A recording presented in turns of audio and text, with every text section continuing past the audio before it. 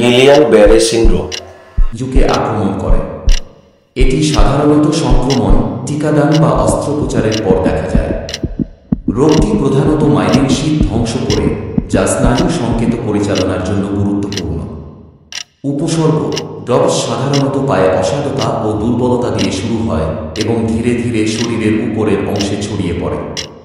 অন্যান্য লক্ষণের মধ্যে রয়েছে পেশি দুর্বলতা, ব্যথা, ভারসাম্যহীনতা, হৃদস্পন্দন ও রক্তচাপের পরিবর্তন এবং গুরুতর ক্ষেত্রে শ্বাসকষ্ট। চিকিৎসা: ডবসের নির্দিষ্ট কোনো প্রতিষেধক নেই, তবে ইমিউনোগ্লোবুলিন থেরাপি, অ্যাভাইড এবং প্লাজমা এক্সচেঞ্জ প্লাজমাফারেসিস ব্যবহার করা হয়। শ্বাসকষ্ট হলে ভেন্টিলেটর সাপোর্ট প্রয়োজন হতে পারে। পুনরুদ্ধার: রোগীরা সাধারণত 6 মাস থেকে 1 বছরের মধ্যে সুস্থ হন, তবে কিছু ক্ষেত্রে দীর্ঘমেয়াদী দুর্বলতা থেকে যেতে পারে। দ্রুত চিকিৎসা ও ফিজিওথেরাপি